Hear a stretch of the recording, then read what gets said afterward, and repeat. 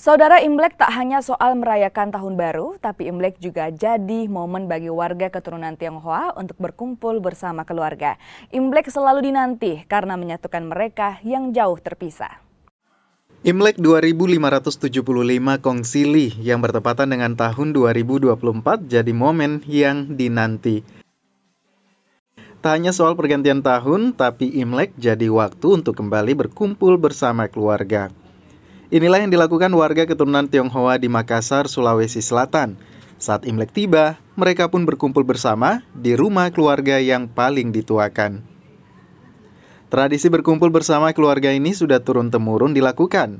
Sajian makanan hingga pernak-pernik Imlek jadi pelengkap di momen menyambut tahun baru. Dan juga Imlek itu, sebelum malam Imlek itu kita biasanya berkumpul dengan sanak saudara, cucu-cucu, supaya kita itu selalu bersama. Permik kuenya yaitu dodol. Dodol ini adalah 1 tahun 1 kali baru ada dodol. Karena ini ini adalah budaya kami Tionghoa. Dan hari Imlek itu satu juga kebiasaan kita, yaitu kita memberi ampau. Ampau itu untuk anak cucu kita supaya mereka cepat besar, sehat, dan sejahtera dalam akan datang. Di tahun baru ini banyak harapan yang disematkan untuk keluarga hingga teman sejawat.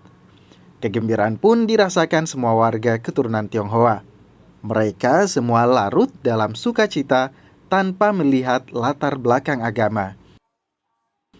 Nila Rustam, Kompas TV Makassar, Sulawesi Selatan. Dan saudara, informasi tadi juga sekaligus menutup perjumpaan kita di Kompas Sulsel edisi hari ini. Saya Linda Wirawan bersama dengan segenap kru yang bertugas mengucapkan terima kasih, selamat pagi, selamat beraktivitas, dan sampai jumpa.